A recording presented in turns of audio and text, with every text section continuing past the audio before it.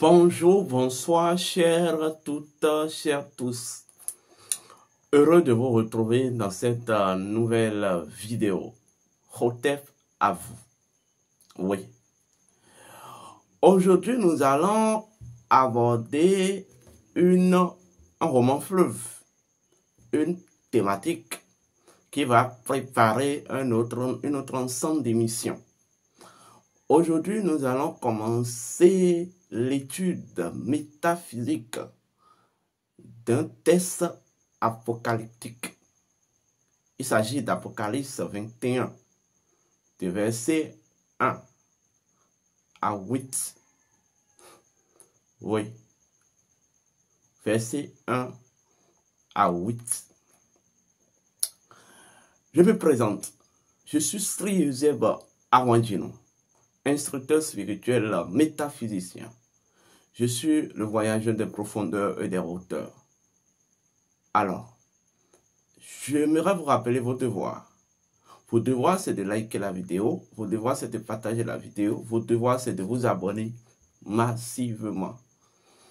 Ici, je ne fais pas la parole de la Bible, mais ici, en fait, nous décodons. Nous, en fait, nous ressortons dans les textes dits sacrés les vérités initiatiques recouvertes sur les tas mythologiques, car une chose est sûre, la Bible n'est qu'un livre en fait de mythes et de légendes. Et je vous ai déjà expliqué une fois la symbolique et la métaphysique de l'Apocalypse. Je ne vais pas vous annoncer la bonne nouvelle, mais on va continuer d'abord. En son temps, je vais l'annoncer lorsque tout sera véritablement prêt. Mais Apocalypse, c'est un code de lettres. Apocalypse, c'est un état intérieur de notre accomplissement. Oui. En fait, l'Apocalypse, c'est la révélation de l'être glorieux. L'être glorieux, c'est l'être humain qui a en fait transmuté sa nature par la maîtrise de ses pleines potentialités divines. C'est ce que c'est que l'être glorieux. Alors, l'Apocalypse d'une chose, ou l'Apocalypse d'un être, c'est cette vitrine spirituelle, c'est cette vitrine qui affiche les étapes ou l'ensemble du processus de mécanisme qui a permis en fait à une entité humaine d'accéder, vous voyez, à sa propre souveraineté. Parce que quand on parle de l'Apocalypse de Saint Jean, en fait, de façon symbolique, représente en fait Horus. Oui. Voilà pourquoi, dans d'autres légendes, on appelle Jean le Victorieux. Vous voyez, Jean le Victorieux. Horus l'Ancien. Non, Horus Oura. Parce que c'est quoi? En fait, Horus, c'est l'héritage restauré d'Osiris. Et de ce simple fait, on dit qu'Horus, en fait, est l'affirmation de la transcendance et de l'intemporalité de l'accomplissement ou même du cheminement d'Osiris. Voilà pourquoi on l'appelle le victorieux. Et l'adage dit, Horus a toujours vaincu Seth. La lumière a toujours vaincu les ténèbres. Et voici véritablement la quête. Donc quand on parle en fait de Jean, voilà, Saint Jean, Apocalypse de Saint Jean, c'est pour en réalité énoncer l'histoire caché, inconnu du dieu Horus. La légende cachée inconnue du dieu Horus qui peut servir de repère, de travail intérieur à toute personne qui aspire à la souveraineté véritable par la transcendance et par l'illumination. Donc, l'Apocalypse n'est pas l'appellage des, voilà, des gars, des gens qui se réveillent du sommeil, qui ont envie de bavarder. Non. C'est un ensemble de textes initiatiques. Vous n'êtes pas obligé d'être chrétien, catholique, musulman. Non. Et je vous le dis, la Bible, c'est le plagiat. La Bible est un plagiat. La Bible, c'est le résumé de beaucoup de livres saints. Je vous donne un exemple. Quand je prends la Genèse, c'est un extrait d'un ancien livre, ce qu'on appelle le Sefer Yetzirah. Le Sefer Yetzirah qui est le livre saint des Mésopotamiens.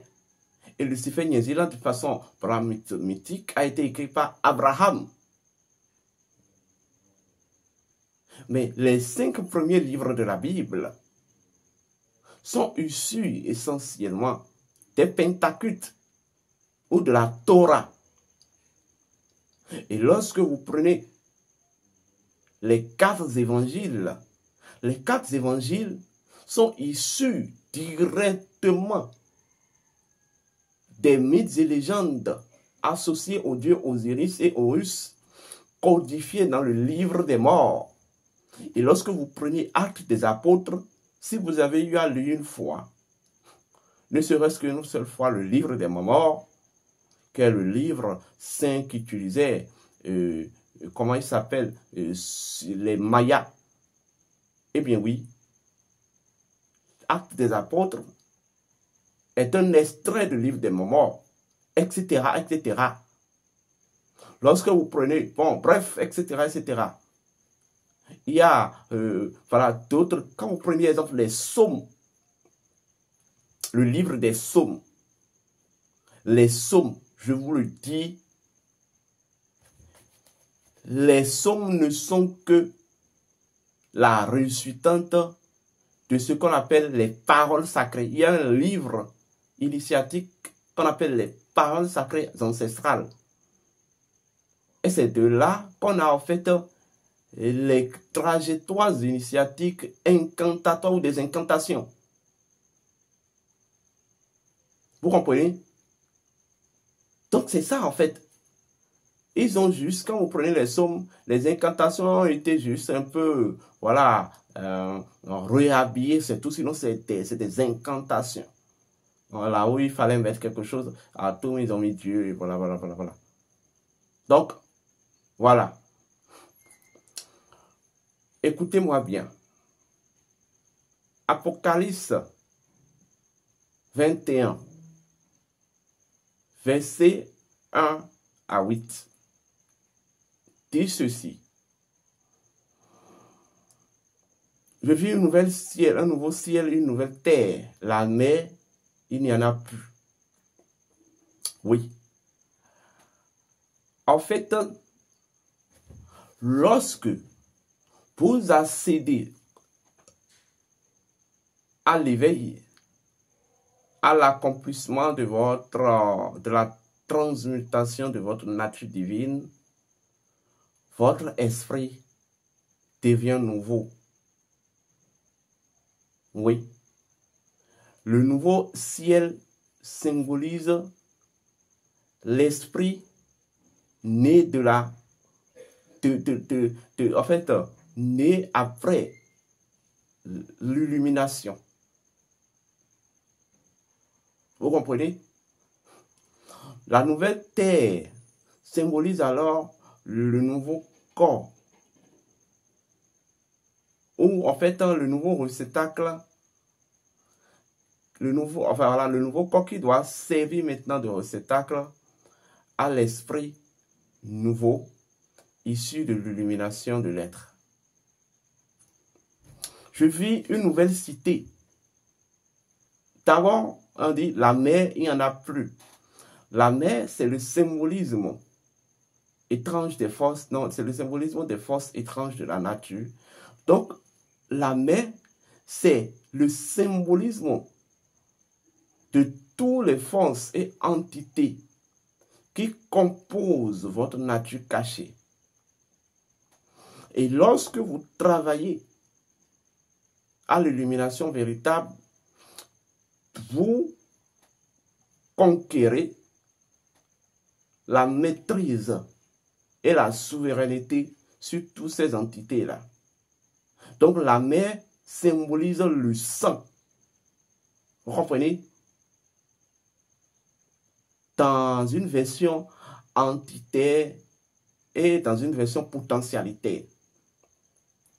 Donc quand on dit la mer, il n'y en a plus, c'est pour vous énoncer que à ce niveau-là, vous avez eu à déjà travailler à transmuter votre paysage intérieur en pure lumière, de la sorte que toutes les entités et forces se sont alors dissociées ou dissolues, ou se sont dissous maintenant dans la lumière dont vous êtes l'expression parfaite.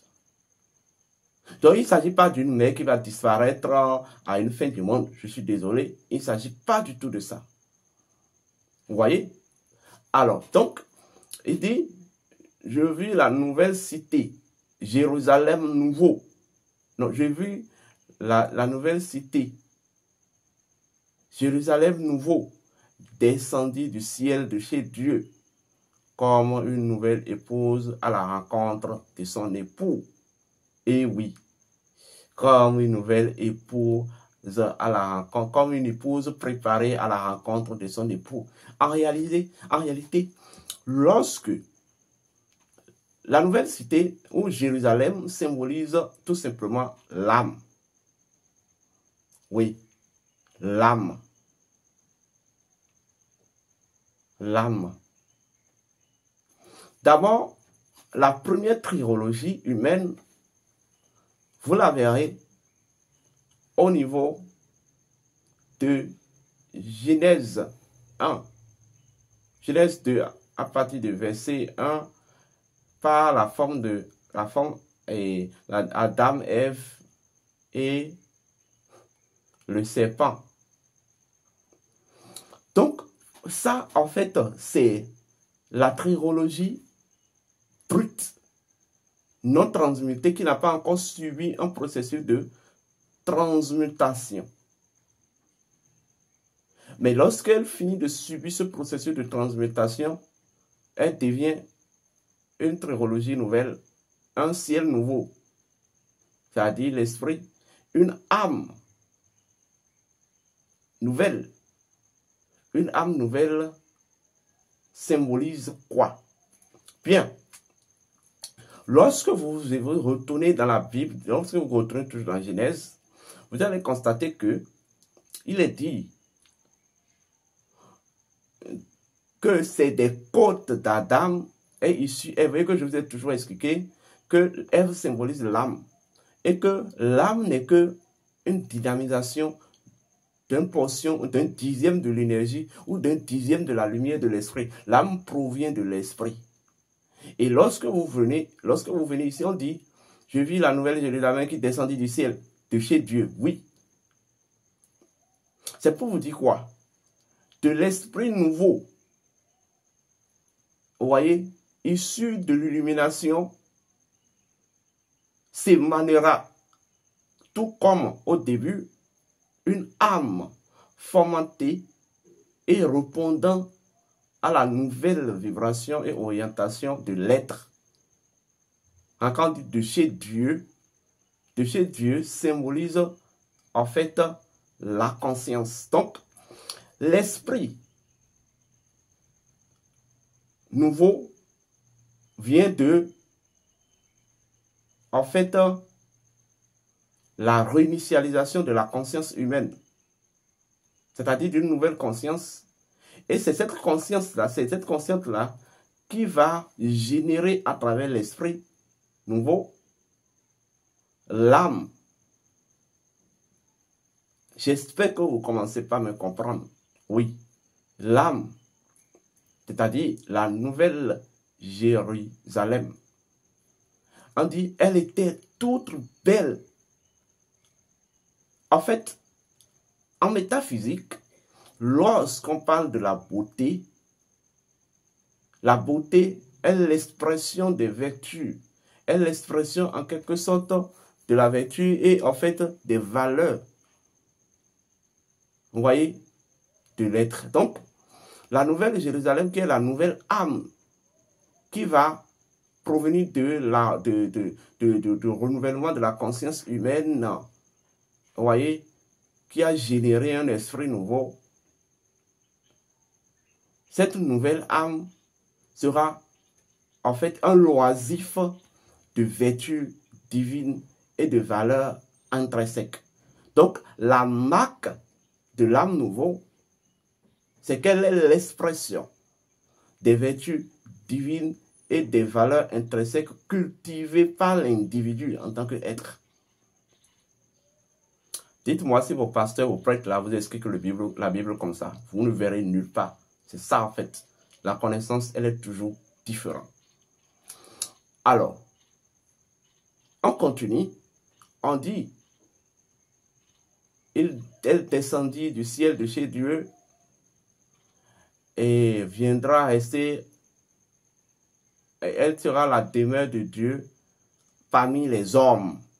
La demeure de Dieu parmi les hommes. En réalité, quand on dit elle sera la demeure de Dieu parmi les hommes, en fait, l'âme, c'est, en fait, les hommes symbolisent, du point de vue initiatique, les cellules de lumière, voyez, qui composent la structuration du corps. Donc, c'est la nouvelle âme qui va maintenant servir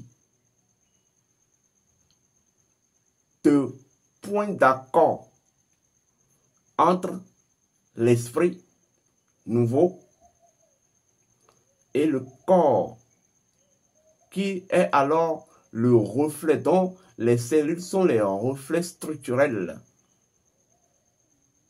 de sa nouvelle vibration. Vous voyez? Donc, en fait, l'âme devient le taux vibratoire issu de l'illumination de l'être. Vous comprenez? Et on dit, il n'y aura point de mort, ni de pleurs. Oui. En fait, à ce niveau, le temps et l'espace sont transmutés et donnent place à l'intemporalité ou en fait à la permanence. C'est à ce niveau qu'on dit que l'être a retrouvé son identité d'immortalité. Oui, son identité d'immortalité. Ça veut dire quoi? À ce niveau, l'esprit, l'âme et le corps sont immortels. L'esprit, l'âme, le corps est dans l'esprit. En fait, le corps exprime l'immortalité dont l'âme, de laquelle l'âme est modulée et que l'esprit a été toujours. Et c'est là qu'on parle de l'être spirituel immortel. Oui. Vous savez, c'est là que j'en viens en fait. La véritable immortalité, vous pouvez réaliser. Vous pouvez défier le temps et l'espace. Défier les limites du temps et de l'espace. Et il continue. Oui, c'est là que je vous propose la formation que j'avais eu à faire sur le code de la Genèse, l'art de l'immortalité. Là, cette formation est toujours disponible. C'est à 31 000 francs. Voilà. Vous allez apprendre ce que c'est que l'immortalité. Et il est dit, suivez bien, les menteurs, les plénicheurs, les faux prophètes, leur place seront dans l'abîme. Quand on dit les menteurs, les faux prophètes et tout là, c'est pour dire, c'est pour parler en quelque sorte de vos propres entités, en fait des entités que vous-même vous avez générées dans votre parcours et qui n'ont pas été. Quand on dit les menteurs, quand on les exprime, ce sont en quelque sorte les défauts ou des vices, vous voyez, dont vous avez laissé ou dont vous en avez fait expérience dans votre parcours. En ce moment-là, ces vices seront renvoyés en tant que énergie ou en tant que matière à transmuter au niveau du souterrain. Et au niveau du souterrain, il s'agit du siège de la Kundalini. Tout ceci deviendra maintenant une énergie transmutée et dissoute maintenant dans la lumière ou dans la, en fait, dans le dragon. Et le dit dragon va essayer de monter avec cette énergie nouvelle, la transmutation de tous ces vices. Voilà pourquoi on dit, vous ne deviez pas combattre les vices, vous deviez plutôt travailler à transmuter vos vices. Je vais vous poser une question. Est-ce que vous connaissez votre vrai défaut? Oui. Tout simplement. Vous voyez comment? Vous ne vous observez pas? Est-ce que vous connaissez votre défaut? Vous deviez connaître votre défaut. Parce que votre défaut, dans le processus, devient en fait une matière première qui doit en fait vous permettre de produire une nouvelle fréquence de votre lumière cachée. Est-ce que vous connaissez vos défauts? Il y a de ces... En fait, le mieux pour vous, c'est d'étudier vos propres défauts que de rester là à écouter les autres et à vouloir étudier les défauts des autres. Vous ne connaissez pas vos défauts et vous voulez étudier les défauts des autres. Si vous connaissez vos défauts, vous aurez juste à vous occuper de vos défauts pour en produire dans la lumière que de vous occuper des autres. Je vais vous dire ceci. Les faux prophètes, les faux menteurs et autres, ce sont en quelque sorte des attitudes vicieuses. Vous voyez, que vous avez générées ou que vous avez laissé vous habiter lors de votre assujettissement, en fait, aux plumes noires de la bête. Les plumes noires de la bête, c'est ça qu'on appelle la prostitution. Oui. La prostitution. C'est ça en réalité. Et on dit, qu'on écoute la voix de celui qui est assis sur le trône. Oui. À ce niveau, la conscience a retrouvé véritablement sa responsabilité, sa place. La lumière règne dans votre paysage intérieur. Vous voyez, les facultés qui ont véritablement participé à cette nouvelle création, à cette nouvelle configuration de votre être, feront partie de l'organigramme alors primordial et fonctionnel de la conscience. Parce que voilà pourquoi on dit que les vainqueurs iront vers Dieu, je serai les dieux, ils seront mes fils. C'est ce que ça veut dire. Vos œuvres nobles qui ont servi à partager la lumière et qui ont servi à aider la nature feront partie de l'organigramme fonctionnel de la conscience nouvelle sous l'impulsion de l'illumination et de la transcendance. Donc, ceci n'a rien à voir avec ce qu'on vous a raconté jusque-là. Voici le vrai décodage. Voici le vrai décodage. En fait, à partir de ce moment-là, l'énergie vitale ne sera plus une partie de vous, mais vous serez au cœur du sang universel. Voilà pourquoi il n'y aura plus de mer. Vous serez au cœur du sang universel. Vous prendrez conscience qu'en réalité, vous avez toujours voyagé dans le sang universel. Alors, je vous demande de souscrire à cette formation sur, en fait, le code caché de la Genèse. En fait, la Genèse, le lotus de vie, l'art de l'immortalité. Si vous avez envie de souscrire à cette formation, composez le 00229 01 66 26 34 56, 00229 01 66 26 34 56, 00229 01 66 26 34 56, 00229 01 68 53 96 60, 00229 01 68 53 96 60, 00229 01 68 53 96 60. D'ici là, portez-vous bien et que les bénédictions soient